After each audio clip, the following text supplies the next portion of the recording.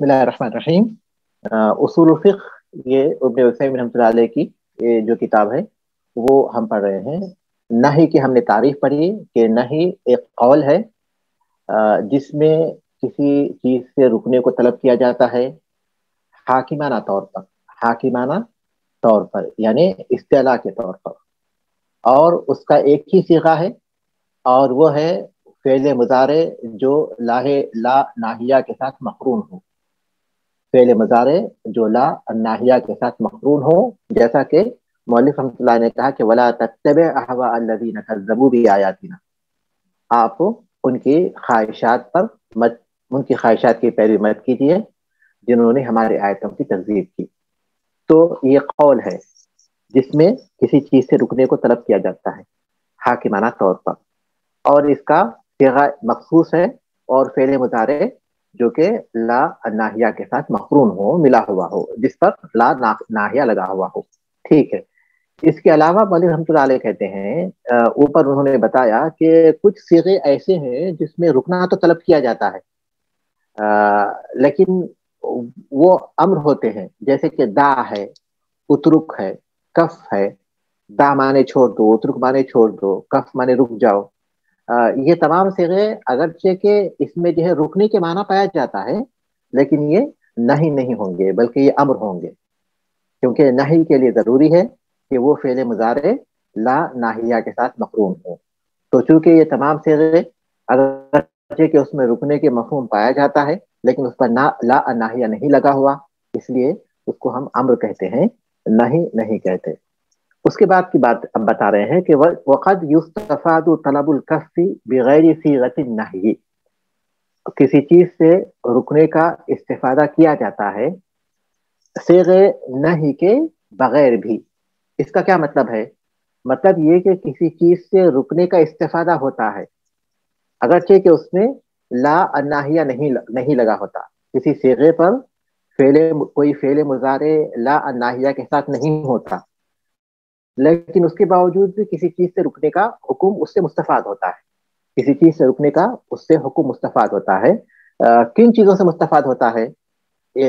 کسی چیز سے رکنے کا حکم لا ناہیہ اگر فعل مضارع پر لگا ہو تو اس سے تو مستفاد ہوتا ہے، کسی چیز سے رکنے کا جو حکم ہے وہ فعل مضارع جو لا ناہیہ کے ساتھ مقرون ہو اس سے مستفاد ہوتا ہے، یہ بات بالکل واضح ہے۔ لیکن مولوی رحمۃ اللہ علیہ کہتے ہیں کہ بعض کچھ اور صیغے بھی ہیں جس پر لا ناہیہ نہیں لگا ہوتا لیکن اس سے رکنے کا مفہوم مستفاد ہوتا ہے، تو اس میں بھی نہیں ہوتی ہے، اس میں بھی نہیں ہوتی ہے۔ کیسے؟ وہ کون سے صیغے ہیں؟ کہتے ہیں کہ مثل ان یوصف الفعل بالتحریم، مثال کے طور پر کوئی فعل کو حرام قرار دیا جائے، کسی فعل کو حرمت سے متصف کیا جائے، اس کا مطلب یہ کہ کسی فعل کو کہا جائے کہ وہ حرام ہے، او الحظری یا اس سے منع کیا جائے، او القبح یا یہ بتا جائے کہ یہ کام قبیح ہے، گندا ہے، برا ہے، او یذم فاعلہ یا اس کام کے کرنے والے کی مذمت کی جائے، او یرتب علی فعلہ عقاب، او یرتب علی فعلہ عقاب یا اس کے کرنے پر کوئی سزا مرتب کی جاتی ہو، او نحو ذالک یا اس قسم کے صیغے ہوں، تو ان سے بھی نہیں مستفاد ہوتی ہے، ان سے بھی نہیں مستفاد ہوتی ہے۔ مولوی رحمۃ اللہ علیہ نے اگرچہ کہ اس کی کچھ مثالیں دی تھی تو اس لیے یہاں نیچے، آپ نیچے جائیے، وہاں نیچے لکھا ہے کیا دیکھیے، اس کتاب میں تو ہے جو میرے پاس ہے، ہاں نہیں ہے آپ کے پاس، یہاں میرے پاس جو کتاب ہے اس میں ہے، دیکھیے اس میں لکھے ہیں مثل ما وصف الفعل بالتحریم، مثل ما وصف الفعل بالتحریم، مثال اس کی مثال کہ کسی فعل کو تحریم سے متصف کیا گیا ہو، جیسے کہ اللہ تبارک نے فرمایا احل اللہ البیع وحرم الربا، اللہ تعالیٰ نے بیع کو حلال کیا ہے اور حرام کو ربا کیا، اور ربا کو حرام کیا ہے۔ اب یہاں ربا یہ تحریم سے متصف کیا گیا ہے، حرم الربا، ربا یہ تحریم سے متصف کیا گیا ہے، تو یہ اس سے نہیں مستفاد ہوتی ہے۔ جب کسی فعل کو تحریم سے متصف کیا جاتا ہے یعنی یہ کہا جاتا ہے کہ وہ فعل حرام ہے، تو اس سے نہیں کا معنی نکلتا ہے۔ اب مثال کے طور پر وہ فعل جس کو خبی کہا گیا ہو، جیسے کہ اللہ تبارک رسول اللہ صلی اللہ علیہ وسلم نے فرمایا ثمن الکلب خبیث، کتے کی قیمت یہ خبیث ہے، کتے کی قیمت ناپاک ہے۔ تو یہ کسی چیز کو جو ہے خبیث قرار دیا گیا، کسی چیز کو جو ہے گندا قرار دیا گیا۔ تو کسی چیز کو جب خبیث قرار دیا جائے تو اس سے اس چیز کی نہیں مستفاد ہوتی ہے، تو اس کا مطلب یہ کہ اس سے منع کیا گیا ہے۔ اور اسی طرح کسی کے کام کے کرنے والے کی مذمت کی جائے، جیسے کہ یہ کہا جائے کہ بئس کا صیغہ استعمال کیا جائے، تو ایسی صورت میں بھی اس سے نہیں مستفاد ہوتی ہے۔ یا پھر یہ کہ کسی کام کے کرنے پر سزا مرتب ہونے کا ذکر کیا جائے، یعنی فلاں کام ہے، اگر کوئی شخص کرے گا تو اس کو یہ سزا ملے گی۔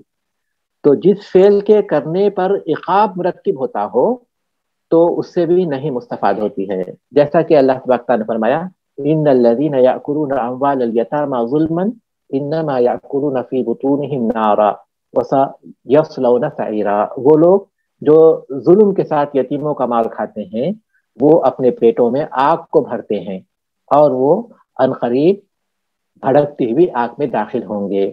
تو یتیم کا مال ظلمن کھانے والے کے پر عقاب کے مرتب ہونے کا ذکر کیا گیا ہے، اور وہ یہ کہ اپنے پیٹوں میں آگ بھریں گے اور بھڑکتی ہوئی جہنم میں داخل ہوں گے۔ تو اس سے کیا چیز مستفاد ہوتی ہے؟ اس سے اس چیز کی ممانعت، اس چیز کی نہیں مستفاد ہوتی ہے۔ تو اب اوپر آپ ایک بار دیکھ لیجیے کہ ہر وہ فعل مؤلف رحمۃ اللہ علیہ کہتے ہیں کہ وقد یستفاد طلب الکف بغیر صیغۃ النہی، کہ کسی چیز سے رکنے کا، کسی چیز سے رکنے کے طلب کا استفادہ ہوتا ہے صیغہ نہی کے بغیر بھی۔ کب اس کا استفادہ ہوتا ہے، اس چیز سے رکتا وقت معلوم ہوتا ہے، وہ اس وقت جب کہ کسی فعل کو حرام قرار دیا جائے یا اسے منع کیا جائے یا اسے قبیح کہا جائے یا پھر اس کے کرنے والے کی مذمت کی جائے یا اس کے کرنے پر کوئی عقاب یا سزا بتائی جائے۔ تو ایسی تمام حالات میں بھی وہ نہیں کے معنی میں ہوگا۔ اس کا مطلب یہ ہے کہ شارع ہم کو ان کاموں کے کرنے سے منع کر رہا ہے، شریعت ہم کو ان کاموں کے کرنے سے روکتی ہے، منع کر رہی ہے۔ واضح ہے نا؟ یہ تمام ایسے صیغے ہیں جن سے نہیں مستفاد ہوتی ہے۔ ٹھیک ہے، ان تمام صیغوں سے نہیں مستفاد ہوتی ہے کہ کیا مطلب ہے؟ یعنی نہیں کا فائدہ جی ہاں، روکنے کا فائدہ دیتی ہے۔ جی ہاں بالکل، وہ کام جو ہے منع ہے، وہ کاموں کو ہمیں نہیں کرنا چاہیے۔ اس کے بعد کون سے کیا ہے ہمارے پاس؟ ما تقتضیہ صیغۃ النہی۔ صیغۃ النہی کس بات کا تقاضا کرتا ہے؟ اس سے پہلے ہم لوگ پڑھ چکے ہیں کہ صیغۃ الامر کس بات کا تقاضا کرتا ہے۔ صیغۃ الامر مطلق طور پر اگر ہو تو وہ اس کے وجوب کا تقاضا کرتا ہے اور اس کے فوری کرنے کا تقاضا کرتا ہے۔ بعض اہل علم نے کہا کہ وجوب کا تقاضا تو کرتا ہے لیکن فوری کرنے کا تقاضا نہیں کرتا، یہ ہم لوگ پڑھ چکے ہیں، کر چکے ہیں۔ یہاں میں دیکھ رہا ہوں حاضر کی کوئی مثال، حاضر کے معنی منع کرنے کے ہیں، تو مؤلف رحمۃ اللہ علیہ نے اس کی شرح میں بھی جو لکھا ہے وہ یہ کہ اکثر فقہاء کرام کہتے ہیں کہ ھذا محظور، یہ ممنوع ہے۔ تو اس کا مطلب یہ کہ وہ اس چیز سے منع کیا گیا ہے اور اس کام کو نہیں کرنا چاہیے۔ ٹھیک ہے، اب آئیے ما تقتضیہ محظورات شاید اس میں پڑھے تھے نا، حج کے۔ ہاں محظورات الاحرام پڑھ چکے ہیں ہم لوگ۔ حج میں جو محظور ہے، مثال کے طور پر ناخن نکالنا ہے، یا پھر جو ہے سلا ہوا ایسا لباس پہننا ہے جو بدن کے مطابق جو ہے کیا گیا بنا، یا خشکی کا شکار کرنا ہے، خشکی کے جانور کا شکار کرنا ہے، وغیرہ وغیرہ جو بھی ہے۔ ما تقتضیہ صیغۃ النہی، وہ چیز جس کا تقاضا کرتا ہے صیغہ نہیں۔ صیغہ نہیں کس چیز کا تقاضا کرتا ہے؟ صیغۃ النہی عند الاطلاق تقتضی تحریم المنہی عنہ وفسادہ بھی بول سکتے ہیں۔ صیغہ نہیں جب مطلق ہو، یعنی ڈائریکٹ منع کیا گیا، اس میں کوئی شرط وغیرہ نہیں لگائی گئی۔ مطلق ہونے کا مطلب یہ ہے کہ کوئی شرط کے بغیر براہ راست اس سے منع کیا گیا ہو۔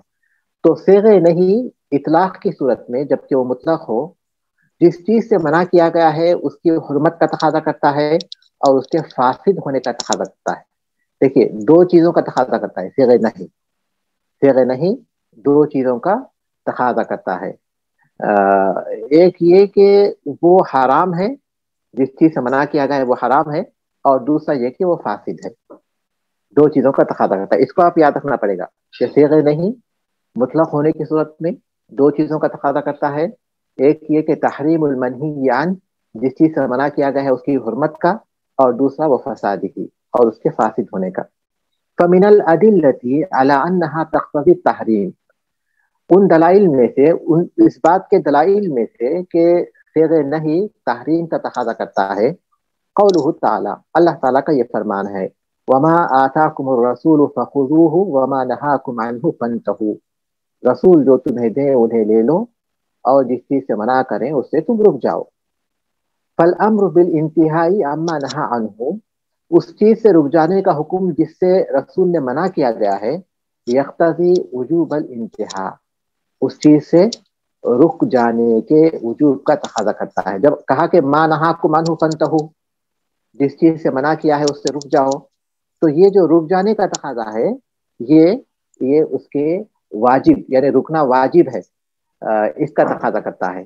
ومن لازم ذالک تحریم الفعلی، اور اس کے لازم احکام میں سے ہے کہ وہ فعل حرام ہے. جب کسی چیز سے رکنے کا حکم دیا گیا تو اس کا مطلب یہ ہوا کہ وہ فعل حرام ہے. یہ کس چیز کی دلیل ہے؟ یہ اس چیز کی دلیل یہ ہے کہ فعل نہیں مطلق ہونے کی صورت میں جس چیز سے منع کیا گیا ہے اس کی حرمت کا تقاضا کرتا ہے. جس چیز سے منع کیا گیا ہے تو اس کا مطلب یہ ہے کہ وہ چیز حرام ہے. حرام ہونے کی دلیل کیا ہے؟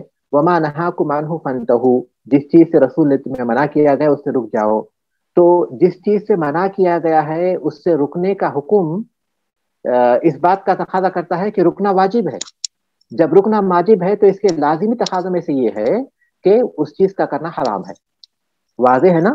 جب اس سے رکنا لازم ہو گیا تو اس کا مطلب یہ کہ اس کا کرنا حرام ہو گیا. یہ دلیل ہے پہلے حصے کی، تحریم المنہی عنہ کی یہ دلیل ہے. دوسرے حصے کی دلیل کیا ہے؟ کہ وہ فعل فاسد بھی ہو جاتا ہے، وہ فعل حرام بھی ہے اور پھر دوسرا ہے کہ فاسد بھی ہو جاتا ہے. ومن الادلتی علی انہ یقتضی الفساد، اور ان دلائل میں سے جو اس بات کی دلائل میں سے ہیں کہ وہ فساد کا، اس چیز کے فاسد ہونے کا تقاضا کرتا ہے، قولہ علیہ الصلوۃ والسلام، رسول اللہ صلی اللہ علیہ وسلم کا یہ فرمان ہے، من عمل عملا لیس علیہ امرنا فہو رد، جو کوئی ایسا عمل کرے جو ہمارے حکم کے مطابق نہ ہو تو وہ مردود ہے. رد اے مردود، اے مردود، رد مطلب یہ کہ وہ مردود ہے. وما نہا عنہ فلیس علیہ امر النبی صلی اللہ علیہ وسلم، جس سے منع کیا ہے آپ نے اس پر اللہ کے رسول صلی اللہ علیہ وسلم کا حکم نہیں ہے، فیکون مردودا، تو وہ مردود ہو جائے گا. تو یہ اس بات کی دلیل ہے کہ وہ فعل فاسد ہو جائے گا. ہر وہ چیز جس سے شریعت نے منع کیا ہے اس کا مطلب یہ کہ وہ حرام ہے اور یہ کہ وہ فاسد ہے، یعنی وہ کام نہیں ہوگا. وہ کام کریں گے بھی تو وہ صحیح نہیں ہوگا. ہر وہ کام جس سے منع کیا گیا ہے اس سے وہ حرام ہے، نہیں کرنا چاہیے. فاسد ہے اس لیے کریں گے بھی تو وہ قبول نہیں ہوگا. فاسد ہے اس لیے وہ کریں گے بھی تو قبول نہیں ہوگا. ھذا، یہ بات ہے. وقاعدۃ المذہب فی المنہی عنہ هل يكون باطلا او صحیحا مع التحریم. اور مذہب، کون سا مذہب یہاں مراد ہے؟ اور مذہب کا یہ قاعدہ ہے اس چیز میں جس سے منع کیا گیا ہے کہ وہ باطل ہوگا یا پھر یہ کہ وہ حرام ہونے کے باوجود بھی صحیح ہو جائے گا. کما یلی، تو اس سلسلے میں کیا قاعدہ ہے؟ تو وہ کہتے ہیں کہ وہ اس کے مطابق ہے جو نیچے آ رہا ہے. دیکھیے جس چیز سے منع کیا گیا ہے، جس چیز سے منع کیا گیا ہے وہ باطل ہی ہو جائے گا کہ وہ قبول ہی نہیں ہوتا، یا پھر یہ کہ وہ حرمت کے باوجود بھی صحیح ہو جائے گا. اس چیز کو ہم لوگ سمجھیں گے اس کی مثالوں کے ذریعے. آگے جو مثالیں دے رہے ہیں اسی سے ہم لوگ اس کو صحیح طور پر سمجھ سکیں گے. ایک چیز تو ہم کو یہاں یہ معلوم ہو گئی، ایک چیز تو ہم کو یہاں یہ معلوم ہو گئی کہ جو منہی عنہ ہے، جس سے منع کیا گیا ہے وہ حرام ہے، اور دوسرا یہ کہ وہ فاسد ہے. اب یہاں مولوی رحمۃ اللہ علیہ اس بات کا ذکر کر رہے ہیں کہ حنبلی مذہب کا قاعدہ کیا ہے. کس سلسلے میں قاعدہ؟ کس سلسلے میں؟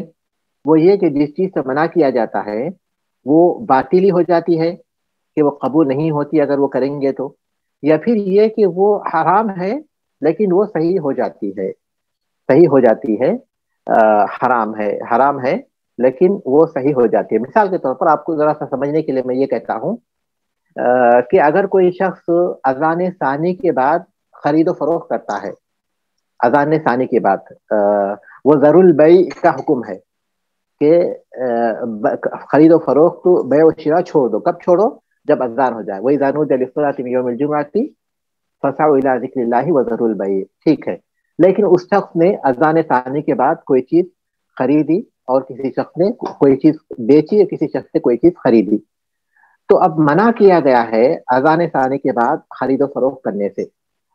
تو اب اگر ہم یہ کہتے ہیں کہ جس چیز سے منع کیا گیا ہے، جس چیز سے منع کیا گیا ہے وہ باطل ہے، تو اس کا مطلب یہ کہ وہ حرام بھی ہوا اور یہ کہ اس نے جو خریدا بیچا وہ دونوں بھی جو ہے منعقد نہیں ہوئے، وہ دونوں منعقد نہیں ہوئے، وہ بیع جو ہے منعقد ہی نہیں ہوئی. لیکن اگر ہم یہ کہتے ہیں کہ وہ اگرچہ کہ حرام ہے لیکن وہ حرمت کے باوجود بھی صحیح ہو جاتی ہے، تو اس کا مطلب یہ کہ وہ گنہگار ہوں گے، وہ گنہگار ہوں گے کیونکہ انہوں نے حرام کام کیا ہے، اذان ثانی کے بعد خرید و فروخت کی. لیکن بیع و شراء صحیح ہو جائے گی، اس نے جو خریدا اس نے جو بیچا وہ صحیح ہو جائے گی. تو یہ اس کا مطلب ہے. یہ اس سلسلے میں کیا قاعدہ ہے مذہب کا؟ مذہب کا قاعدہ کیا ہے کہ جس چیز سے منع کیا گیا ہے وہ چیز باطل ہو جاتی ہے. جب باطل ہو جاتی ہے ہم کہتے ہیں تو اس کا مطلب یہ ہوتا ہے کہ وہ حرمت کی وجہ سے وہ گنہگار بھی ہوتے، اور دوسرا یہ کہ وہ چیز منعقد بھی نہیں ہوتی. لیکن اگر ہم یہ کہتے ہیں کہ وہ حرمت کے باوجود بھی صحیح ہو جاتی ہے تو اس کا مطلب یہ کہ حرمت کی وجہ سے وہ گنہگار ہوتے ہیں لیکن وہ جو عمل ہوتا ہے وہ صحیح ہو جاتا ہے. تو اس سلسلے میں کہتے ہیں کہ قاعدہ کیا ہے؟ تو قاعدہ یہ حسب ذیل دو باتوں پر مشتمل ہے. نمبر 1 نمبر 2 یہ دو باتوں پر وہ قاعدہ مشتمل ہے. وہ قاعدہ کیا ہے؟ ان یکون النہی عائدا الی ذات المنہی عنہ. اگر نہیں جس چیز سے روکا گیا ہے اس کی ذات کی طرف موجہ ہوتی ہو، لوٹتی ہو. اگر نہیں جس چیز سے منع کیا گیا ہے اس کی ذات کی طرف لوٹتی ہو اور شرط ہی یا اس کی کسی شرط کی طرف لوٹتی ہو فیکون باطلا، تو اس صورت میں وہ باطل ہو جائے گی. جس چیز سے روکا گیا ہے اس میں وہ جو نہیں ہے وہ بذات خود اس چیز کی طرف لوٹتی ہے، بذات ہی اس چیز سے روکا گیا ہے، یا اس کی کسی شرط کی طرف لوٹتی ہے، تو مولوی رحمۃ اللہ علیہ کہتے ہیں کہ وہ باطل ہو جائے گی. ثانیاً ان یکون النہی عائدا الی امر خارج، کہ جو نہیں ہے وہ اس معاملے میں کسی خارجی معاملے کی طرف لوٹتی ہے. لا يتعلق بذات المنہی عنہ، جس چیز سے روکا گیا ہے اس کی ذات سے تعلق نہیں رکھتی، ولا شرط ہی، اور نہ اس کے شرط سے متعلق رکھتی ہے. فلا یکون باطلا، تو وہ باطل ہو جائے گی. مثال کے طور پر جو ایسی زمین ہے جسے غصب کیا گیا ہے، جسے غصب کیا گیا ہے اس میں کوئی شخص نماز پڑھتا ہے، اس میں غصب، تو اب اس میں جو نہیں ہے وہ براہ راست نماز کی طرف نہیں لوٹتی، اس کی کسی شرط کی طرف نہیں لوٹتی. نماز کے شروط ہم کو معلوم ہے، نماز کو باطل کرنے والی جو چیزیں ہم کو معلوم ہے. تو اب یہ غصب جو زمین غصب کی گئی ہو اس میں نماز پڑھنے کا جہاں تک معاملہ ہے تو اس میں جو نہیں ہے وہ بذات ہی نماز کی طرف نہیں لوٹتی، اس کی شرط کی طرف نہیں لوٹتی. تو اگر نہیں اس عمل کے ذات کی طرف نہیں لوٹی، اس کے شرط کی طرف نہیں لوٹی، تو اس کا مطلب یہ کہ حرمت تو اپنی جگہ پر ہے، وہ گنہگار ہوگا، لیکن یہ کہ وہ عمل صحیح ہو جائے گا. تو پہلی بات یہ کہ اگر نہیں اس کی ذات کی طرف لوٹتی ہے یا اس کی کسی شرط کی طرف لوٹتی ہے تو وہ باطل ہو جائے گی، وہ حرام بھی ہے اور وہ منعقد بھی نہیں ہوگی. باطل کا مطلب یہ ہے. اور دوسری بات یہ کہ وہ جو نہیں ہے وہ نہ تو اس کی ذات کی طرف لوٹتی ہے نہ اس کی شرط کی طرف لوٹتی ہے بلکہ کسی تیسرے خارجی امر کی طرف لوٹتی ہے. تو مولوی رحمۃ اللہ علیہ کہتے ہیں کہ وہ حرام ہے اپنی جگہ پر لیکن وہ باطل نہیں ہوگی، باطل نہیں ہوگی، یعنی حرمت کا گناہ ہوگا لیکن وہ چیز منعقد ہو جائے گی. تو مولوی رحمۃ اللہ نے بتایا کہ نہی کا صیغہ یہ جس چیز سے منع کیا گیا ہے اس کی حرمت اور اس کے فاسد ہونے کا تقاضا کرتا ہے. نہی کا صیغہ جب وہ مطلق ہو تو دو چیزوں کا تقاضا کرتا ہے. ایک یہ کہ جس سے منع کیا گیا ہے وہ حرام ہے، اور دوسرا یہ کہ وہ فاسد ہے. اس کے بعد انہوں نے اس کی دلیلیں دی تھی، اس کے حرام ہونے کی دلیل دی تھی اور اس کے فاسد ہونے کی دلیل دی تھی. یہاں تک ہم لوگ پڑھ چکے تھے. هذا وقاعدة المذهب في المنهي عنه هل يكون باطلا او صحيحا مع التحريم كما يلي. یہ بات ہو گئی. اور مذہب کا قاعدہ جو اس چیز میں جس سے منع کیا گیا ہے یہ ہے کہ وہ باطل ہوگا یا وہ صحیح ہو جائے گا تحریم کے ساتھ. دیکھیے باطل کا مطلب یہ ہے کہ وہ چیز واقعی ہی نہیں ہوئی. تحریم کے ساتھ صحیح ہونے کا مطلب یہ ہے کہ وہ چیز ہو جائے گی، بس اتنی بات ہے کہ وہ حرمت کا گناہ ہوگا. تو کیا جب کسی چیز سے منع کیا جائے تو وہ باطل ہی ہو جاتی ہے کہ وہ حرام ہے اور واقع ہی نہیں ہوتی، یا پھر یہ کہ وہ حرام تو ہے لیکن واقع ہو جاتی ہے؟ حرام تو ہے لیکن واقع ہو جاتی ہے. اس سلسلے میں مذہب کا قاعدہ کیا ہے؟ مذہب سے مراد مذہب حنبلی ہے. وقاعدۃ المذہب فی المنہی عنہ، اور مذہب کا قاعدہ اس چیز میں جس سے منع کیا گیا ہو، هل یکون باطلا، یہ ہے کہ کیا وہ باطل ہو جاتی ہے، او صحیحا مع التحریم، یا صحیح ہوتی ہے حرام ہونے کے ساتھ. کما یلی، وہ یہ ہے اس طرح ہے جیسے کہ نیچے آ رہا ہے. اولا ان یکون النہی عائدا الی ذات المنہی عنہ، نہیں جب وہ منہی عنہ کے ذات کی طرف لوٹتی ہو. جس چیز سے منع کیا گیا ہے وہ براہ راست وہ چیز ہے جس سے منع کیا گیا ہے، اس کی ذات ہی کی طرف لوٹتی ہے. او شرط ہی، یا پھر اس کے شرط کی طرف لوٹتی ہے. فیکون باطلا، تو پھر وہ باطل ہو جائے گی.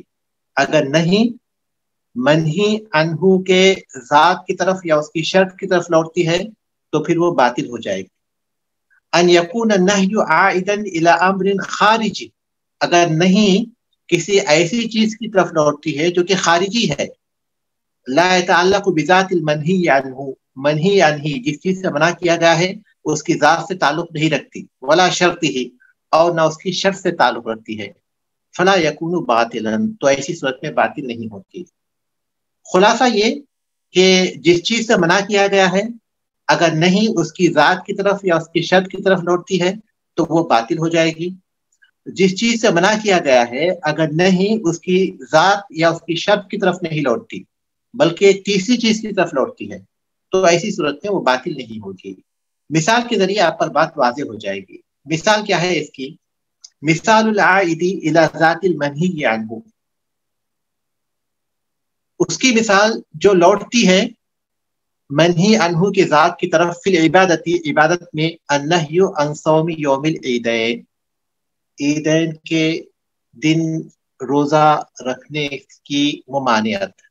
ٹھیک ہے، اب دیکھیے عید کے دن روزہ مت رکھو، عید کے دن روزہ مت رکھو، یہ حدیث میں ہے باقاعدہ. تو نہیں جو نہیں ہے، جو منع کیا گیا ہے وہ براہ راست عید کے دن کے روزے سے منع کیا گیا ہے. تو نہیں اس میں لوٹ رہی ہے بذات خود اس عبادت کی طرف. نہیں وہ صرف جس چیز سے جس چیز سے منع کیا گیا اس کی ذات کی طرف لوٹ رہی ہے. تو ایسی صورت میں اگر کوئی عید کے دن روزہ رکھے گا تو کیا ہوگا؟ وہ روزہ باطل ہو جائے گا کیونکہ عید کے دن روزے رکھنے سے منع کیا گیا ہے. تو یہ جو نہیں ہے وہ اس کی ذات کی طرف لوٹ، براہ راست عید کے دن روزے کا ذکر کیا گیا کہ وہ منع ہے. تو یہ جو نہیں ہے وہ اس کی ذات کی طرف لوٹتی ہے، اس لیے اگر کوئی شخص عید کے دن روزہ رکھے گا تو وہ روزہ باطل ہو جائے گا. وہ مثال العائد الی ذاتہ فی المعاملہ، اور اس کی مثال جو کہ اس معاملے میں اس کے ذات کی طرف لوٹتی ہے، النہی عن البیع بعد نداء الجمعۃ الثانیۃ، خرید و فروخت سے ممانعت اذان ثانی کے بعد جمعہ کے دن، ممن تلزمہ الجمعۃ، جس پر جمعہ واجب ہے. فذروا البیع، بیع خرید و فروخت چھوڑ دو، تو بیع سے منع کیا گیا. تو یہاں جو نہیں ہے وہ اس کی ذات کی طرف لوٹتی ہے. تو لہذا اگر کوئی شخص جمعہ ثانی اذان کے بعد وہ جس پر جمعہ واجب ہے، وہ جو بچے ہیں یا پھر عورتیں ہیں، اگر وہ خرید و فروخت کرتی ہے تو یہ حکم نہیں ہے. جن پر جمعہ واجب ہے وہ اگر خرید و فروخت کرتی ہیں تو نہیں، اس میں چونکہ اس کی ذات کی طرف لوٹتی ہے اس لیے وہ خرید و فروخت باطل ہو جائے گی، واقع نہیں ہوگی. یہ ہو گئی وہ مثال جس میں جو نہیں ہے وہ ذات کی طرف لوٹتی ہے. اب وہ مثال جس میں نہیں شرط کی طرف لوٹتی ہے، وہ مثال العائد الی شرطہ فی العبادہ، اور شرط کی طرف لوٹنے والے کی مثال عبادت میں النہی عن لبس الرجل ثوب الحریری، مرد کو ریشم کے کپڑا پہننے کی ممانعت.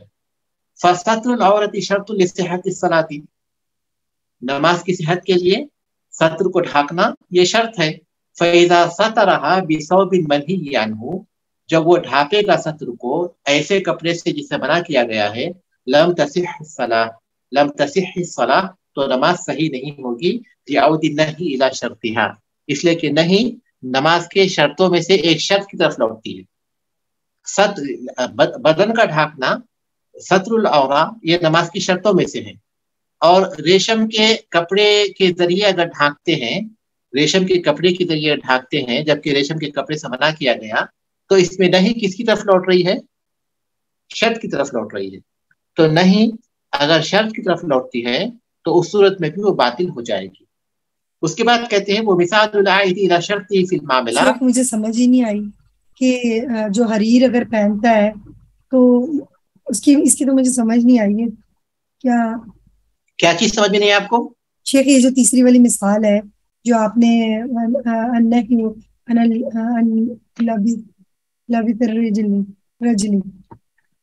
شیخ مجھے سمجھ نہیں آیا. ٹھیک ہے، دیکھیے مثال کے طور پر پہلی چیز آپ کو سمجھ میں آ گئی کہ نہیں اگر ذات کی طرف لوٹتی ہے، وہ سمجھ آ گئی مجھے دونوں، وہ سمجھ گئی. اب نہیں الی شرط ہی آپ کو سمجھ میں نہیں آئی. جی شرط کپڑا ریشم کے کپڑے پہننا مرد کے لیے ممنوع ہے. مرد کے لیے ریشم کے کپڑے پہننا یہ ممنوع ہے. اگر مرد نماز پڑھتے وقت ریشم کے کپڑوں سے اپنے بدن کو ڈھانکتا ہے تو اس کی نماز ہوگی یا نہیں ہوگی؟ اگر وہ ریشم کے کپڑے پہن کر نماز پڑھتا ہے تو اب سوال یہ پیدا ہوتا کہ بدن کو کپڑوں سے ڈھانکنا یہ شرط ہے یا نہیں ہے نماز کے لیے، نماز کے صحیح ہونے کے لیے؟ شرط ہے. تو اس کا مطلب یہ کہ اس میں جو نہیں جو لوٹ رہی ہے وہ اس کی نماز کی شرطوں میں سے ایک شرط کی طرف لوٹ رہی ہے. تو مولوی رحمۃ اللہ علیہ کہتے ہیں کہ نہیں اگر شرطوں میں سے کسی شرط کی طرف لوٹتی ہے تب بھی عبادت باطل ہو جاتی ہے. لہٰذا اگر کوئی شخص ریشم کے کپڑے پہن کر ریشم کے کپڑوں سے اپنے ستر کو ڈھانک کر نماز پڑھے گا تو اس کی نماز نہیں ہوگی، کیونکہ یہ وہ چیز ہے جس میں نہیں نماز کی شرطوں میں سے ایک شرط کی طرف لوٹتی ہے.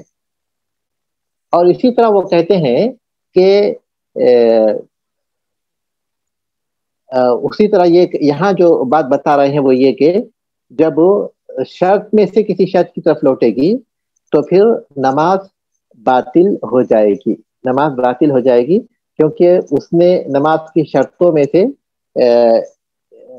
ایک ایسی شرط کا ارتکاب کیا ہے، ایک ایسی چیز کا ارتکاب کیا ہے جس میں منع کیا گیا ہے. کوئی مسئلہ نہیں ہے، انشاءاللہ اس کو میں پھر دوبارہ سمجھا دوں گا آئندہ کلاس میں انشاءاللہ. تو آئندہ کلاس پھر ہم شروع سے پڑھیں گے. ایک بار آپ اس کو جو ہے عبارت کو ذرا پڑھ کر آئیے تو انشاءاللہ سمجھنا آسان ہو جائے گا. میں پھر شروع سے آپ کو پڑھا دوں گا آئندہ کلاس میں کہ نہیں کسی عبادت کی طرف، کسی عبادت میں یا معاملے میں اس کی ذات کی طرف لوٹنے میں یا شرط کی طرف لوٹنے میں کیا فرق ہے، اور پھر اسی طرح کسی خارجی تیسری چیز کی طرف لوٹنے میں کیا فرق ہے انشاءاللہ. ٹھیک ہے، یہاں میں رکتا ہوں. اگر یہ آدمی، اگر ایک بات ہے کسی کو کوئی مسئلہ ہوتا ہے جیسا جسم کا مسئلہ ہوتا ہے تو وہ یہ اسی طرح کا لباس حریر کا پہن کے جاتا ہے تو کیا شیخ اس کی نماز باطل ہو جائے گی؟ باطل ہو جائے گی، کیونکہ نہیں اس کی شرط کی طرف لوٹ رہی ہے نا. لیکن اگر اس کے مطلب وہ جائز ہو اس جگہ پہ کہ اس کے جسم میں کوئی الرجی کو کوئی مسئلہ ہو، تو پھر کیسے باطل ہوگی؟ وہ استرار کی بات ہوگی. وہ تو استراری کوئی بھی، ہاں وہ تو ایک مستثنا چیز ہے. وہ اچھا، ایک تو حکم ہوتا ہے اور دوسرا حکم سے مستثنا ہوتا ہے، استثنا ہوتا ہے. تو ہم استثنا کی بات نہیں کر رہے ہیں، حکم کی بات کر رہے ہیں. النہی میں ہم لوگ ما تقتضیہ صیغۃ النہی یہاں پہنچے ہوئے ہیں کہ نہی کا صیغہ کس چیز کا تقاضا کرتا ہے. مؤلف رحمۃ اللہ علیہ نے اس بات کا ذکر فرمایا کہ نہی کا تقاضا دو چیزوں، نہی کا صیغہ دو چیزوں کا تقاضا کرتا ہے. ایک جس چیز سے منع کیا گیا ہے اس کی حرمت کا، اور دوسرا اس کے فاسد ہونے کا. اس کے انہوں نے دلائل ذکر کیے. اس کے بعد انہوں نے حنبلی مسلک کا جو قاعدہ ہے المنہی عنہ، یعنی جس چیز سے منع کیا گیا ہے وہ باطل کس صورت میں ہوگا اور کس صورت میں حرمت کے باوجود صحیح ہوگا، اس سلسلے میں انہوں نے اپنے حنبلی مسلک کے قاعدے کا ذکر کیا. یہ قاعدہ تمام مسالک میں متفق علیہ نہیں ہے. یہ قاعدہ تمام مسالک میں متفق علیہ نہیں ہے، بلکہ دوسرے مسالک میں اس کے قواعد دوسرے ہیں. لیکن جو کتاب ہم پڑھ رہے ہیں اس کتاب کو ہم لوگ اپنے سامنے رکھتے ہوئے اس قاعدے کو سمجھنے کی کوشش کریں گے.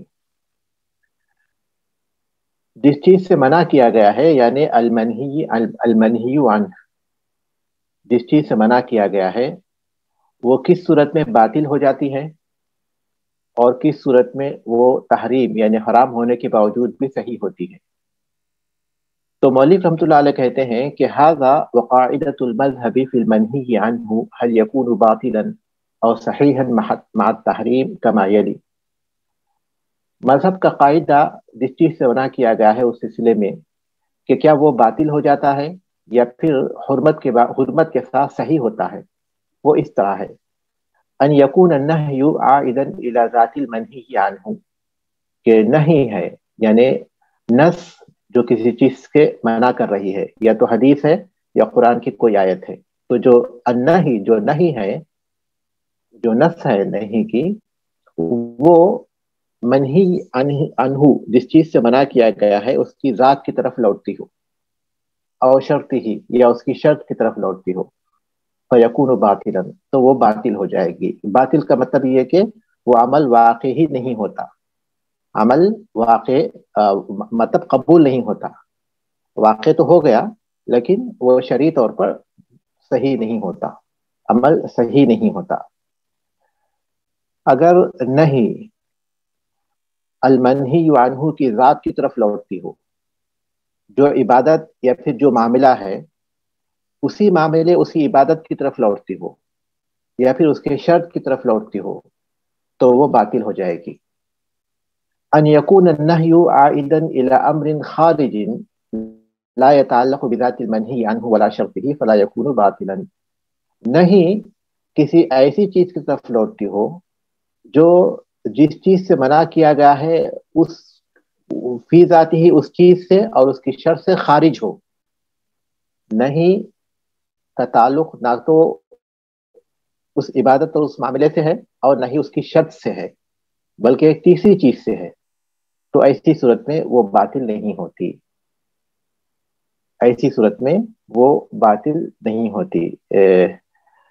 شیخ عبد الرحمن السعدی رحمہ اللہ اس کا قاعدہ ذکر کرتے ہیں وَإِنْ أَتَى التَّحْرِيمُ فِي نَفْسِ الْعَمَلِ أَوْ شَرْطِهِ فَذُو فَسَادٍ وَخَلَلٍ. وَإِنْ أَتَى التَّحْرِيمُ فِي نَفْسِ الْعَمَلِ أَوْ شَرْطِهِ، اگر حرمت نفس عمل کی طرف لوٹتی ہو، فی نفس ہی اسی عمل کی طرف لوٹتی ہو یا اس کے شرط کی طرف لوٹتی ہو، تو وہ عمل فاسد ہو جائے گا اور خلل والا ہو جائے گا. اگر حرمت یا نہیں نفس عمل اسی عمل کی طرف یا اس کی شرط کی طرف لوٹتی ہو تو اس صورت میں وہ فاسد ہو جائے گا. ٹھیک ہے، اب آپ اس کو مثالوں سے سمجھنے کی کوشش کیجیے. مثال العائد الی ذات المنہی عنہ فی العبادت. مؤلف رحمۃ اللہ علیہ نے عبادت میں اس کی ایک مثال دی ہے اور معاملے میں ایک مثال دی ہے، کیونکہ یہ قاعدہ عام ہے. عبادات کے ساتھ خاص نہیں ہے، بلکہ عبادات کے ساتھ بھی ہے اور معاملات کے ساتھ بھی ہے۔ تو اس لیے انہوں نے پہلی جو مثال دی ہے وہ عبادت کے سلسلے میں دی ہے۔ النہی عن صوم یوم العیدین، حدیث میں عیدین کے دن روزے رکھنے سے منع کیا گیا ہے۔ عیدین، تو اب دیکھیے جو ممانعت ہے وہ فی ذاتی ہی اسی عبادت کی طرف لوٹتی ہے۔ روزے سے منع کیا گیا، فی ذاتی ہی ممانعت روزے کی ہے عیدین میں، تو اب یہ ممانعت کسی طرف لوٹ رہی ہے؟ فی نفسی اسی عبادت کی طرف لوٹ رہی ہے، روزے ہی کی طرف لوٹ رہی ہے۔ تو ایسی صورت میں وہ عبادت باطل ہو جائے گی۔ اور اسی طرح نفل نماز ہے جو اوقات النہی میں پڑھی جاتی ہے، اور وہ ہم اس کو آسان کرنے کے لیے وہ سبب والی نماز بھی نہیں ہے، جیسے کہ شافعیہ یہ کہتے ہیں یا بعض اہل علم یہ کہتے ہیں کہ ممنوع اوقات میں سبب والی نماز جائز ہے، جیسے کہ تحیۃ الوضو ہے یا پھر تحیۃ المسجد ہے، تو ایسا کوئی سبب ہوگا تو ممنوع اوقات میں وہ پڑھی جا سکتی ہے۔ تو ٹھیک ہے، سبب والی نماز کے علاوہ ایک کوئی شخص نفل مطلق پڑھنا چاہتا ہے اوقات نہیں میں، تو اب ظاہر ہے کہ نفل نماز ممنوع اوقات میں، جو اوقات نفل نماز پڑھنے کے لیے منع کیے گئے ہیں ان اوقات میں نفل نماز سے منع کیا گیا ہے، تو یہ جو نہیں ہے کس کی طرف لوٹ رہی ہے؟ فی ذاتی نماز کی طرف لوٹ رہی ہے، نماز سے منع کیا گیا ہے، یعنی نفل نماز سے منع کیا گیا ہے۔ تو عید کے دن روزہ رکھنا یا ممنوع اوقات پہ نفل نماز پڑھنا، یہ اس بات کی مثال ہے کہ وہ عمل باطل ہو جاتا ہے۔ کیوں؟ کیونکہ اس میں نہیں کس کی طرف لوٹ رہی ہے؟ ذات المنہی عنہ کی طرف لوٹ رہی ہے، جس چیز سے منع کیا گیا ہے اس کی ذات کی طرف لوٹ رہی ہے۔ وہ مثال العائد الی ذاتہ فی المعاملہ، اور ذات کی طرف لوٹنے کی مثال معاملے میں النہی عن البیع بعد نداء الجمعۃ الثانیۃ ممن تلزمہ الجمعۃ، جمعہ کے دن اذان ثانی کے بعد بیع کی ممانعت، جمعہ کے دن اذان ثانی کے بعد خرید و فروخت کی ممانعت ان کے حق میں جن پر جمعہ لازم ہو۔ اب یہاں اللہ تبارک تعالیٰ نے فرمایا کہ یا ایھا الذین آمنوا اذا نودی للصلاۃ من یوم الجمعۃ فاسعوا الی ذکر اللہ وذروا البیع، خرید و فروخت چھوڑ دو۔ تو اب یہاں جو نہیں ہے کس کی طرف لوٹ رہی ہے؟ فی ذاتی بیع کی طرف لوٹ رہی ہے، نفس عبادت، نفس معاملے ہی کی طرف لوٹ رہی ہے۔ تو نہیں چونکہ براہ راست بیع کی طرف لوٹ رہی ہے، اس لیے جن کو جمعہ لازم ہے وہ اگر اذان ثانی کے بعد کاروبار کرتے ہیں تو اس کا مطلب ہے کہ وہ صحیح نہیں ہوا۔ یہ مثال ہے کس کی؟ اس کے پہلے حصے کی طرف کہ نہیں اگر فی ذات ہی اسی عبادت کی طرف لوٹ رہی ہو تو ایسی صورت میں وہ عبادت یا پھر وہ معاملہ ایسی صورت میں وہ باطل ہو جائے گا، صحیح نہیں ہوگا۔ وہ مثال، یہ پہلے حصے کی مثال عبادت کی طرف لوٹنے کی مثال دی انہوں نے۔ اب مثال دیں گے وہ شرط کی طرف لوٹنے کی مثال، شرط کی طرف لوٹنے کی مثال دیں گے۔ وہ مثال العائد الی شرطہ فی العبادۃ، اور شرط کی طرف لوٹنے کی مثال عبادت میں النہی عن لبس الرجل ثوب الحریر، مرد کو ریشم کا کپڑا پہننے کی ممانعت۔ فستر العورت شرط لصحۃ الصلاۃ، ستر العورہ یعنی اپنے بدن کو، اپنے ستر کو ڈھانکنا یہ شرط ہے نماز کی صحت کے لیے۔ مرد کے لیے ستر العورہ کا جو حکم ہے وہ الگ ہے اور عورت کے لیے الگ ہے۔ مرد کے لیے جو ستر العورہ ہے اتنے حصے کے بعد اگر وہ ناف سے لے کر اپنے گھٹنوں تک، مرد کے لیے ستر العورہ اتنا ضروری ہے۔ باقی لباس اسے پہننا چاہیے لیکن ہم جو شرط کی بات کرتے ہیں تو شرط اتنا ہے، اور عورت کے لیے اپنے سر سے لے کر اپنے پیروں تک یہ ستر العورہ ہے۔ تو چونکہ ستر العورہ یہ شرط ہے نماز کی صحت کے لیے، لہذا اگر کوئی شخص اپنے جو حصہ شرط ہے اس حصے کو ریشم کا کپڑا پہنتا ہے، اس حصے پر ریشم کا کپڑا پہنتا ہے، تو ظاہر ہے کہ نہیں، اس سے منع کیا گیا ہے ریشم کے کپڑے پہننے سے. تو نہیں کس کی طرف لوٹ رہی ہے؟ شرط کی طرف لوٹ رہی ہے، ایک ایسی چیز کی طرف لوٹ رہی ہے جو نماز کے لیے شروط میں سے ہے. فَإِذَا سَتَرَهَا بِثَوْبٍ مَنْهِيٍّ عَنْهُ، جب وہ ڈھانپے گا اپنے سطر کو ایسے کپڑے سے جس سے منع کیا گیا ہے، لم تصح الصلاة لعودة النهي الى شرطها، نماز صحیح نہیں ہوگی نہیں کہ اس کے شرط کی طرف لوٹنے کی وجہ سے. یہ مثال ہو گئی عبادت میں. عبادت میں یہ مثال ہے کس کی؟ نہیں کہ شرط کی طرف لوٹنے کی. دیکھیے آپ اس بات کو اچھی طرح یاد رکھیے کہ اگر اگر اپنا امامہ اگر کوئی شخص ریشم کا پہنتا ہے، ناف سے لے کر اپنے گھٹنوں تک اگر وہ ریشم کے کپڑے پہن کر نماز پڑھتا ہے تو وہ شرط کی طرف لوٹتی ہے، نہیں شرط کی طرف لوٹتی ہے، اس صورت میں نماز صحیح نہیں ہوگی. لیکن اگر کوئی اپنا امامہ ریشم کے کپڑے والا پہن کر پڑھتا ہے تو ایسی صورت میں وہ شرط نہیں ہے، شرط سے خارج چیز ہے، تو ایسی صورت میں نماز تو صحیح ہو جائے گی لیکن ریشم کے کپڑے پہننے کا گناہ ہوگا اس کے پاس. اس بات کو آپ فرق کیجئے. ٹھیک ہے، گزشتہ کلاس میں یہ سوال ہوا تھا کہ اگر عورت امامہ پہن کر نماز پڑھتی ہے اور عورت کا پورا بدن سطر ہے نماز میں، اپنے بالوں سے لے کر اپنے پیروں تک، تو ایسی صورت میں کیا اس کی نماز صحیح ہوگی؟ تو اس کا جواب یہ ہے کہ یہ جو امامہ پہننا ہے یہ تیسری چیز ہے، یہ مردوں کی مشابہت سے کی وجہ سے منع کیا گیا. یہاں جو ریشم کا کپڑا فی ذات ہی شرط ہے، وہ ریشم کا کپڑے ہی سے منع کیا گیا ہے، ریشم کے کپڑے ہی سے منع کیا گیا ہے. لیکن جو امامہ ہے وہ امامے سے منع نہیں ہے، لیکن چونکہ امامے میں مردوں کی مشابہت ہوتی ہے اس لیے اس سے منع کیا گیا ہے. تو امامہ پہننے سے اگر جان بوجھ کر اگر کوئی پڑھتے ہیں تو اس کی وجہ سے نماز عورت کی باطل نہیں ہوتی، لیکن اگر وہ غلطی سے پڑھتے ہیں یا پھر دوسرے لباس نہیں ہے اس کی وجہ سے اس کو پڑھتے ہیں تو نماز پر کوئی فرق نہیں پڑتا. بعض اہل علم کہتے ہیں کہ زیادہ سے زیادہ نماز مکروہ ہوگی اگر وہ عمدن نہیں ہے تو، لیکن اگر وہ جانتے بوجھتے اگر پڑھتے ہیں تو نماز ہو جائے گی، لیکن امامہ جو مردوں کی مشابہت انہوں نے اختیار کی ہے اس کا گناہ ہوگا. تو امامہ پہننے میں اور پھر براہ راست ریشم کا لباس پہننے میں فرق پایا جاتا ہے. اس فرق کو جو ہے ذرا سا غور کر آپ سمجھیں گے تو واضح ہوگا. میں ایک بار پھر بتاتا ہوں وہ مثال العائتی الی شرطہ فی العبادہ، عبادت میں نہیں کہ شرط کی طرف لوٹنے کی مثال. النہی عن لبس الرجل ثوب الحریری، مرد کے ریشم کے کپڑے پہننے کی ممانعت. فستر العورت شرط لصحۃ الصلاۃ، عورت کو چھپانا ستر العورہ یہ شرط ہے نماز کی صحت کے لیے. فَإِذَا سَتَرَهَا بِثَوْبٍ مَنْهِيٍّ عَنْهُ، اور اگر وہ اپنے سطر کو ایسے کپڑے سے ڈھانپے گا جس سے منع کیا گیا ہے، لم تصح الصلاۃ، نماز صحیح نہیں ہوگی، لعود النہی الی شرطها، نہیں کہ اس کے شرط کی طرف لوٹنے کی وجہ سے.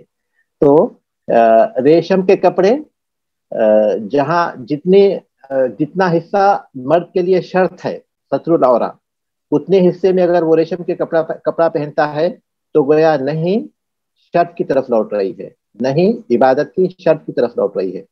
لیکن جو حصہ ستر العورہ کے لیے شرط نہیں ہے مرد کے لیے، اس حصے میں اگر وہ پہنتا ہے ریشم کا کپڑا تو نہیں شرط کی طرف نہیں لوٹتی، نہیں شرط کی طرف نہیں لوٹتی. لیکن وہ ریشم کا لباس اپنے سر پر رکھنے کی وجہ سے یا پھر جسم پر کہیں اور رکھا ہے تو اس وجہ سے وہ گناہ ہوگا ریشم کے لباس پہننے کا، لیکن نہیں اس صورت میں شرط کی طرف نہیں لوٹتی. واضح ہے؟ جی شیخ واضح. جی شیخ صاحب الحمدللہ. شیخ صاحب اگر میں دہراؤں، آپ نے کہا کہ اگر تو وہ کپڑا پہن رہا تو کیونکہ وہ عورا کو کور کرنا جو ہے وہ شرط ہے، تو وہ ریشم کا کپڑا پہنا ہوا ہے تو وہ نماز صحیح نہیں ہوگی، وہ فاسد ہو جائے گی. لیکن اگر یعنی پگڑی پہنی ہے چونکہ وہ اس کا حصہ نہیں ہے تو اس سے پھر نماز تو ہو جائے گی لیکن وہ گناہ گار ہوگا. جی ہاں ٹھیک ہے، یہی ہے. کیونکہ وہ شرط کی طرف نہیں لوٹتے اس صورت میں نہیں. جی. اور شیخ صاحب جو اوپر والی مثال ہے، جو مثال العائد الی ذاتی ہی فی المعاملہ، اس میں آپ نے بتایا جو جمعہ کی نماز، جب جمعہ کی اذان ہو جائے اور اس کے بعد تجارت سے جو منع کیا گیا ہے قرآن پاک میں، تو شیخ صاحب یہ مثال ہے معاملہ کی طرف کی مثال، تو کیا اس سے وہ جی معاملے میں نہیں کہ نفس معاملہ کی طرف لوٹنے کی مثال ہو، تو اس میں پھر وہ جو بیع ہوگی، اگر کوئی وہ تجارت کرے تو وہ تجارت نہیں ہوگی، باطل نہیں ہو ہوگی، جائے گی. صحیح نہیں ہوگی. بالکل تجارت صحیح نہیں ہوئی، صحیح نہیں ہوئی. اس صورت میں سامان والا اپنا سامان لے لے گا. یہ اس اصول کی بنیاد پر جو ہے بیان کیا گیا ہے. اس صورت میں کیا ہے، نہ تو سامان والے کا سامان والا اپنا سامان واپس لے لے گا، اور جس کے پیسے ہیں وہ اپنے پیسے واپس لے لے گا، کیونکہ وہ بیع صحیح نہیں ہوئی. لیکن یہ اس وقت ہے جبکہ وہ لوٹیں گے اسلامی احکام کی طرف. لوگ عام طور پر اس پر غور نہیں کرتے، تو وہ اب تو ظاہر ہے کہ وہ لے کر سامان نکل جاتے ہیں. جو دکان والا ہے وہ پیسہ اپنے قبضے میں کر لیتا ہے، اور جو جس نے پیسہ دیا وہ سامان اپنے قبضے میں کر لیتا ہے، تو پھر معاملہ ختم ہو جاتا ہے. لیکن اصول یہ ہے ٹھیک ہے. وہ مثال العائد الی شرطہ فی المعاملہ، اور معاملے میں شرط کی طرف نہیں کے لوٹنے کی مثال. النہی عن بیع الحمل، حمل کے بیع سے ممانعت، حمل کے بیع سے ممانعت، حمل کے فروخت کرنے کی ممانعت. فالعلم بالمبیع شرط لصحۃ البیع، جو چیز بیچی جا رہی ہے جس کو مبیع کہتے ہیں، مبیع کا علم حاصل ہونا یہ شرط ہے بیع کی صحت کے لیے. فَإِذَا بَاعَ الْحَمَلَ لَمْ يَصِحَّ الْبَيْعُ، جب حمل کو بیچے گا تو بیع صحیح نہیں ہوگی. لِعَوْدِ النَّهْيِ إِلَى شَرْطِهِ، نہیں کہ اس کے شرط کی طرف لوٹنے کی وجہ سے. حمل کی بیع یہ ممانعت، حمل کی بیع یہ اس سے منع کیا گیا ہے، حمل کی بیع سے منع کیا گیا ہے. کیونکہ جو چیز بیچی جا رہی ہے وہ بیع کی صحت کے لیے شرط ہے. اب حمل کے بارے میں کیا ہے، حمل یہ معلوم نہیں ہے، حمل معلوم نہیں ہے کیسے ہوگا، تو یہ مجہول کی بیع ہے، مجہول کی بیع ہے. تو چونکہ یہ جو مبیع ہے اس میں معلوم نہیں ہے، جو مبیع ہے وہ مجہول ہے، تو اس وجہ سے وہ حمل کو بیچے گا تو بیع صحیح نہیں ہوگی. کیونکہ جو حمل کو بیچنے کی جو ممانعت ہے گویا وہ اس کے شرط کی طرف لوٹ رہی ہے. کیونکہ وہ شرط کی طرف لوٹ رہی ہے لہذا وہ حمل کو اگر بیچے گا تو وہ بیع صحیح نہیں ہوگی. شیخ صاحب یہ حمل جو ہے وہ جانوروں کے جو لوگ بیچتے ہیں وہ خرید و فروخت، یہ اس بلا چیز کی شبہ طرف ہے. اونٹ کے حمل کو بیچتے ہیں، گائے کے حمل کو بیچتے ہیں، بکری جی کے حمل کو بیچتے ہیں، صحیح تو اس طرف جو ہے اشارہ ہے. یہ اس وقت ہے جبکہ وہ مستقل طور پر حمل کو بیچ رہا ہو. وہ کسی کے پاس کوئی اونٹ ہے، وہ بولتا ہے کہ اس اونٹ میں یہ اونٹ حاملہ ہے اور اس میں جو بچہ ہے وہ میں تم کو اتنے ریال میں بیچتا ہوں. تو یہ جائز نہیں ہے، یہ جائز نہیں ہے، کیونکہ جو حمل ہے وہ مجہول ہے، وہ معلوم نہیں کہ صحت مند ہے صحت مند نہیں ہے، معلوم نہیں کہ پیدا ہوگا نہیں پیدا ہوگا، کئی مسائل ہیں اس میں. تو چونکہ مبیع یہ غیر معلوم ہے اس وجہ سے یہ بیع صحیح نہیں ہوگی. وہ اب یہ تو مثال ہو گئی پہلے حصے کی. پہلا حصہ کیا ہے کہ نہیں اگر نفس عبادت یا نفس معاملہ کی طرف لوٹتی ہو یا پھر ان کے شرط کی طرف لوٹتی ہو تو ایسی صورت میں وہ باطل ہو جائے گی، بیع یا پھر وہ عبادت باطل ہو جائے گی، وہ معاملہ یا پھر وہ عبادت باطل ہو جائے گی. اب یہ مثال دے رہے ہیں، وہ مثال النہی الی العائد الی امر خارج فی العبادہ، اور نہیں کہ ایک ایسے معاملے کی طرف لوٹنے کی مثال جو عبادت سے خارج ہے. مولوی رحمۃ اللہ علیہ ایک مثال عبادت میں دے رہے ہیں، ایک مثال معاملے میں دے رہے ہیں تاکہ آسانی ہو سمجھنے کے لیے. تو وہ خارج عن العبادہ کی مثال دے رہے ہیں، نہیں لوٹتی ہے ایک ایسی چیز کی طرف جو عبادت سے خارج ہے. ایک تیسری چیز کی طرف لوٹتی ہے براہ راست، نہ تو اس معاملے کی طرف لوٹتی ہے، اس عبادت کی طرف لوٹتی ہے، نہ تو اس کی شرط کی طرف لوٹتی ہے۔ النہی عن لبس الرجل امامۃ الحریر، مرد کو ریشم کا امامہ پہننے کی ممانعت۔ فلو صلی وعلیہ امامۃ حریر، اگر وہ نماز پڑھے اور اس پر ریشم کا امامہ ہو، لم تبطل صلاتہ، اس کی نماز باطل نہیں ہوگی، لأن النہی لا يعود الى ذات الصلاۃ ولا شرطها، اس لیے کہ نہیں، نہ تو ذات صلاۃ کی طرف، نماز کی طرف لوٹتی ہے، اور نہ ہی اس کے شرط کی طرف لوٹتی ہے، اس کی طرف نہیں لوٹتی۔ دیکھیے اگر وہ ذات عبادت کی طرف لوٹے گی یا پھر اس کی شرط کی طرف لوٹے گی تو ایسی صورت میں باطل ہو جائے گی، لیکن اگر وہ کسی ایسی چیز کی طرف لوٹتی ہے جو نہ تو ذات عبادت ہے، فی نفسی ہی وہ عبادت ہے، اور نہ ہی اس کی شرط ہے، تو پھر نہیں لو، تو وہ باطل نہیں ہوتی، ہو جائے گی نماز لیکن گناہ ہوگا۔ وہ مثال العائد الی امر خارج فی المعاملہ، اور نہیں کہ معاملے سے خارج کسی چیز کی طرف لوٹنے کی مثال، یعنی نہ تو معاملے کی طرف لوٹتی ہے اور نہ تو اس کی شرط کی طرف لوٹتی ہے۔ النہی عن الغش، دھوکے کی ممانعت۔ فلو باع شیئا مع الغش، اگر وہ دھوکے کے ساتھ کوئی چیز بیچ دے، لم یبطل البیع، تو بیع باطل نہیں ہوگی، لأن النہی لا يعود الى ذات البیع ولا شرطه، اس لیے کہ نہیں نہ تو فی نفسی ہی بیع کی طرف لوٹتی ہے اور نہ ہی اس کے شرط کی طرف لوٹتی ہے۔ بیع کی جو شرطیں ہیں اس میں بھی یہ شامل نہیں، اور نہ ہی وہ دھوکے سے منع کیا گیا۔ اب دھوکہ ایک عام چیز ہے، وہ چیز نہ تو فی نفسی ہی عبادت اس معاملے کی طرف لوٹی اور نہ ہی اس کی شرط کی طرف لوٹی، اس وجہ سے وہ باطل نہیں ہوئی، وہ صحیح ہو جائے گی لیکن گناہ کے ساتھ، وہ صحیح ہو جائے گی لیکن گناہ کے ساتھ۔ وقد يخرج النهي عن التحریم، یہاں سے دوسری بات شروع ہو رہی ہے، یہاں ایک اصول ختم ہو گیا، اس کو آپ ذہن میں رکھیے۔ اصولوں کو ذہن میں رکھنے میں آسانی یہ ہوتی ہے کہ بہت سے مسائل آپ جو ہے آسانی کے ساتھ ان کا جواب دے سکتے ہیں، بہت سے مسائل کا آسانی کے ساتھ جواب دینا آسان ہو جاتا ہے۔ مثال کے طور پر اگر کوئی شخص کسی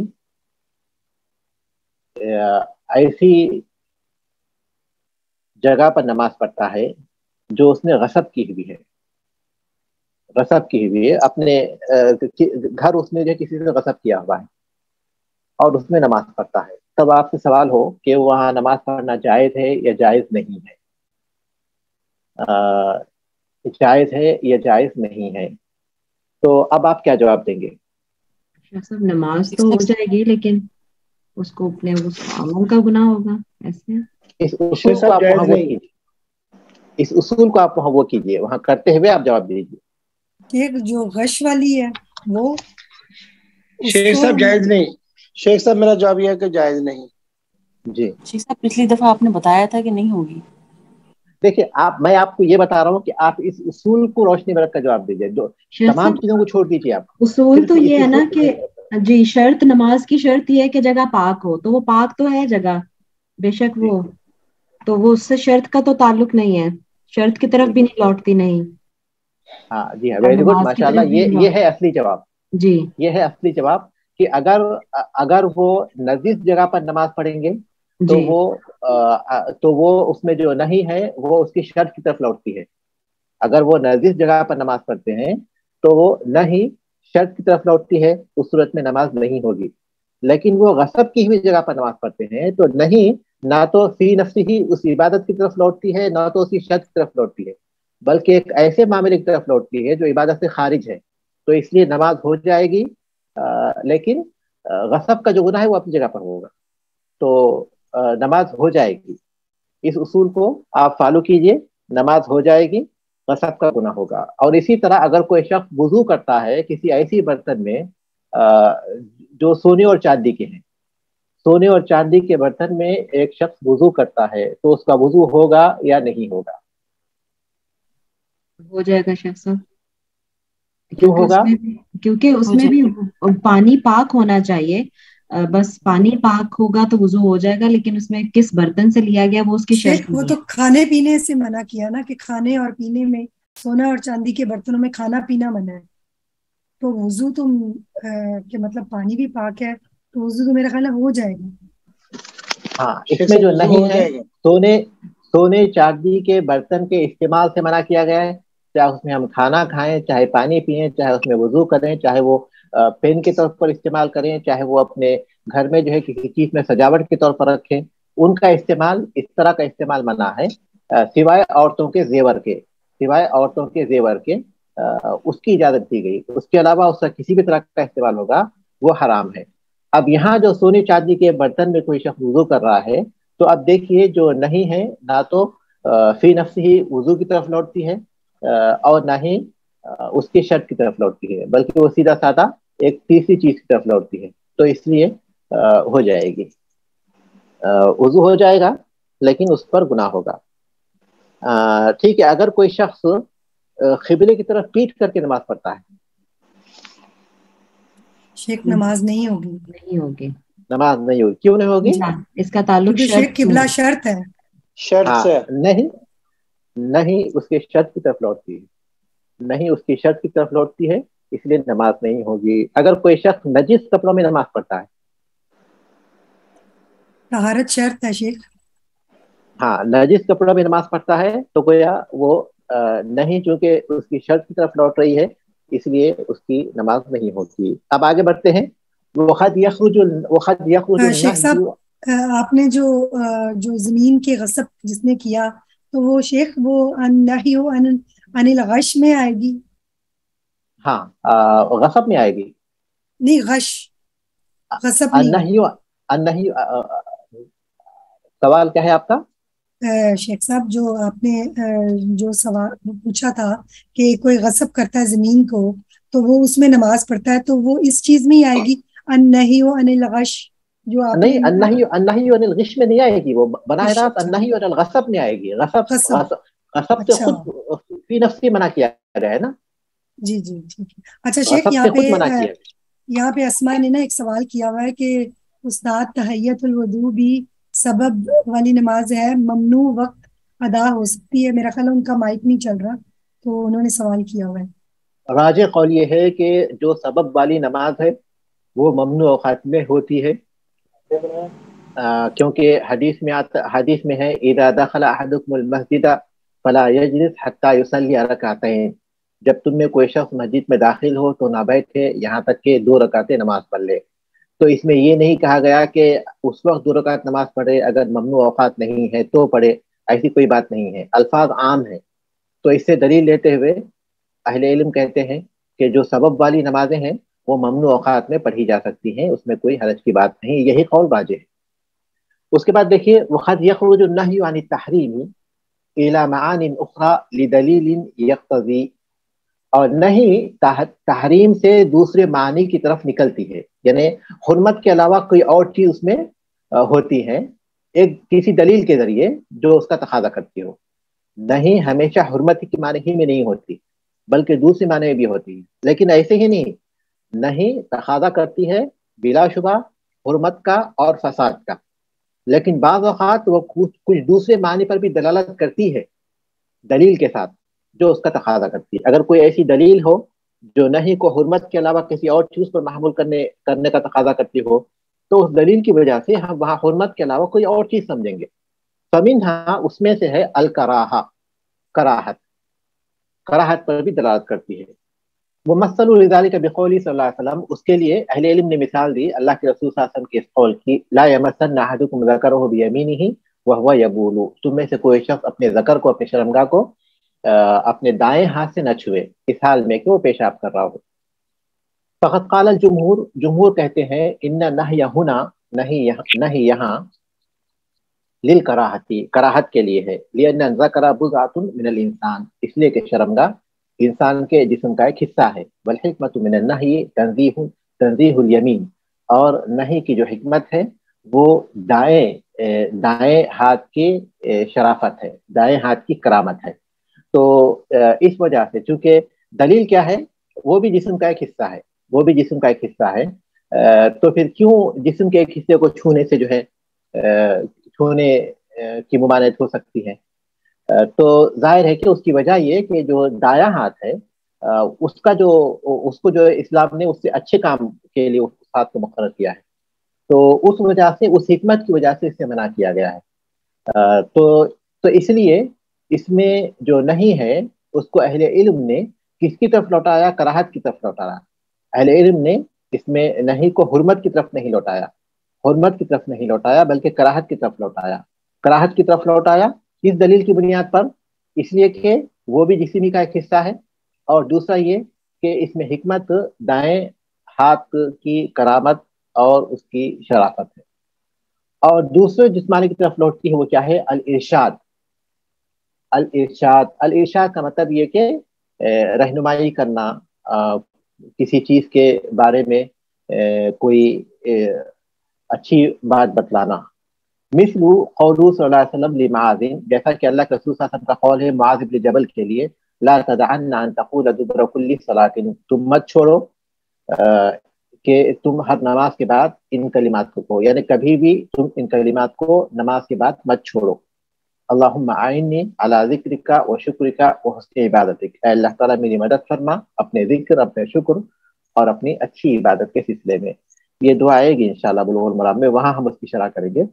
تو یہاں جو ہے نہیں ہے کہ تم مت چھوڑو، لیکن یہ نہیں حرمت پہ تردرات نہیں کرتی ہے کہ چھوڑنا پھر حرام ہو جائے گا، یہ نہیں، بلکہ یہ ارشاد کے معنی میں ہے، یعنی کوئی بھلی بات کی رہنمائی کی گئی ہے تو ارشاد کے معنی میں ہے. تو اس لیے شیخ یہاں پہ امر کیوں نہیں ہے؟ مطلب یہاں پہ حکم کیوں نہیں ہے؟ یہاں لا تدعنا کے الفاظ ہیں، لا تدعنا کے الفاظ ہیں، اس لیے یہ نہیں کے معنی میں ہوا. یا پھر قل اگر کہا ہوتا اللہ کے رسول صلی اللہ علیہ وسلم نے قل دبر کل صلاۃ اللہم اعنی علی ذکرک، تو اس صورت میں امر ہو جاتا. لیکن یہاں اس میں تاکید ہے، اس میں تاکید نہیں ہوتی. یہاں مت چھوڑو ہر نماز کے بعد، تو اس میں جو تاکید ہے، جو صیغہ بھی ہے، دیکھیے جو صیغہ استعمال کیا گیا ہے وہ نون توکید استعمال کیا گیا ہے، لا تدعنا، پہلے مضارع میں نون توکید ہے. جی شیخ اسی لیے میں نے پوچھا کہ مجھے ایسا لگا کہ شاید وہاں پہ امر ہونا چاہیے کہ وہ حکم دے رہے ہیں. ہاں، لیکن اس میں تاکید نہیں ہوتی اس صورت میں. تو یہاں جو نہیں ہے حرمت سے کس معنی کی طرف لوٹتی ہے؟ ارشاد کی طرف لوٹتی ہے. وجہ کیا ہے؟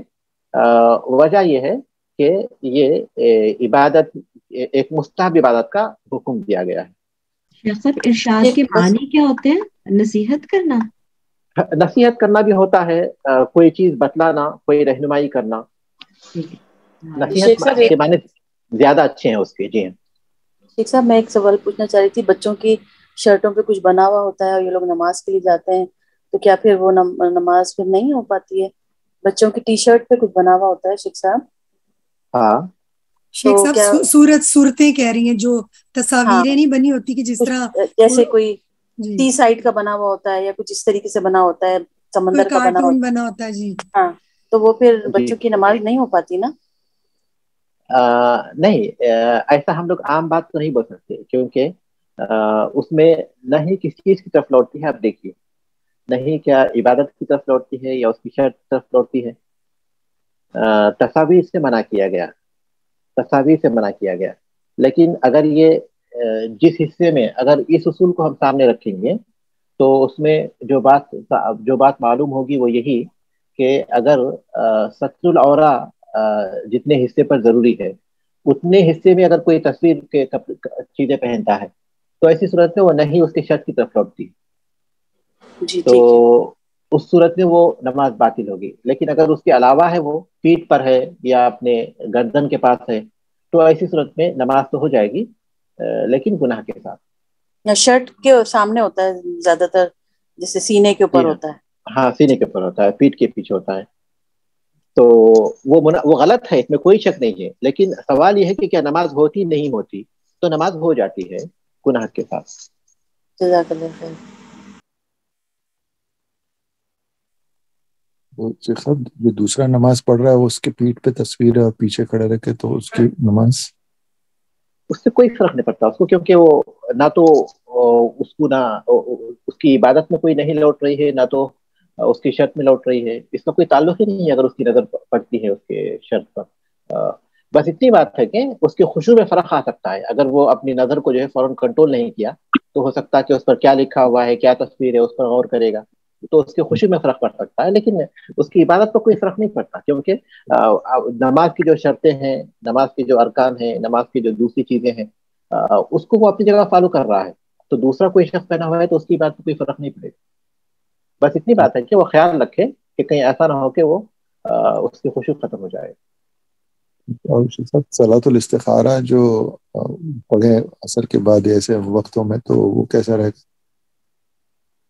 صلاۃ الاستخارہ اہل علم کہتے ہیں کہ اگر وقت ہے تو پھر صلاۃ الاستخارہ ممنوع اوقات میں نہیں پڑھنا چاہیے، لیکن اگر وقت نہیں ہے، مثال کے طور پر عصر کے بعد مجھے کوئی فون آیا اور اس فون کے بعد مجھے سفر کرنا اسی وقت ضروری ہو گیا، اب کوئی فون آیا اور مجھے ابھی سفر کے لیے نکلنا ضروری ہو گیا، اب سفر ان اسباب میں سے ہے جس میں استخارہ کرنا چاہیے، تو اب میرے پاس کوئی وقت نہیں کیونکہ مجھے ابھی نکلنا ہے، تو اہل علم کہتے ہیں کہ ایسی صورت میں آدمی صلاۃ استخارہ پڑھ سکتا ہے، ایسی صورت میں پڑھ سکتا ہے، لیکن عام حالات میں، عام کاموں کے لیے، جیسے اس کو آئندہ مہینہ سفر کرنا ہے یا ایک ہفتے کے بعد یا کل سفر کرنا ہے، یا پھر یہ کہ اس کو شادی کرنی ہے، ابھی رشتے کے سلسلے میں کوئی جواب دینا ہے، تو اب اس کے پاس ابھی وقت ہے، تو اس صورت میں اس کو ممنوع اوقات میں نہیں پڑھنا چاہیے نماز استخارہ، لیکن اگر وقت نہیں ہے تو پڑھ سکتا ہے کیونکہ دوسرا کوئی راستہ اس کے پاس نہیں ہے، لیکن اگر وقت ہے تو اسے نہیں پڑھنا چاہیے۔ شیخ صاحب جو کچھ عورتیں جو حیض یا نفاس کی حالت میں ہوتی ہیں اور ان کو استخارہ کرنا ہے تو کیا شیخ وہ خالی دعا کر کے مطلب دعا پڑھ سکتی ہیں استخارے کی، کیونکہ ان کے لیے تو نماز نہیں ہے، تو ان کا کیا حکم ہوگا شیخ؟ عام دعا کریں، کوئی حرج کی بات نہیں ہے، اس صورت میں ان کے لیے استخارہ نہیں ہے تو عام نماز نہیں پڑھ سکتی ہوں، چاہے وہ کوئی بھی نماز ہو، تو ایسی صورت میں وہ دعا کر سکتی ہیں، لیکن استخارے کی دعا کو اس کو استخارہ نہیں سمجھا جا سکتا، کیونکہ استخارہ کے ساتھ جو ہے صلاۃ کے الفاظ ہیں، نماز استخارہ اصل نماز ہے استخارہ میں، اس کے ساتھ وہ دعا ہے، تو اس لیے وہ جو نماز ہے وہ دعا اس کمی کو پورا کر دے گی کسی عورت کے لیے جو اپنے ایام میں ہو، یہ بات نہیں ہے، تو اس لیے عام دعا وہ کر سکتے ہیں، اس کے ساتھ چاہیں تو استخارہ کے جو الفاظ ہیں وہ بھی کر لیں، لیکن اس کو استخارہ نہ سمجھیں کیونکہ وہ استخارے کی جگہ پر نہیں ہے، لیکن کوئی حرج نہیں ہے، وہ دعا کر سکتے ہیں۔ جزاک اللہ۔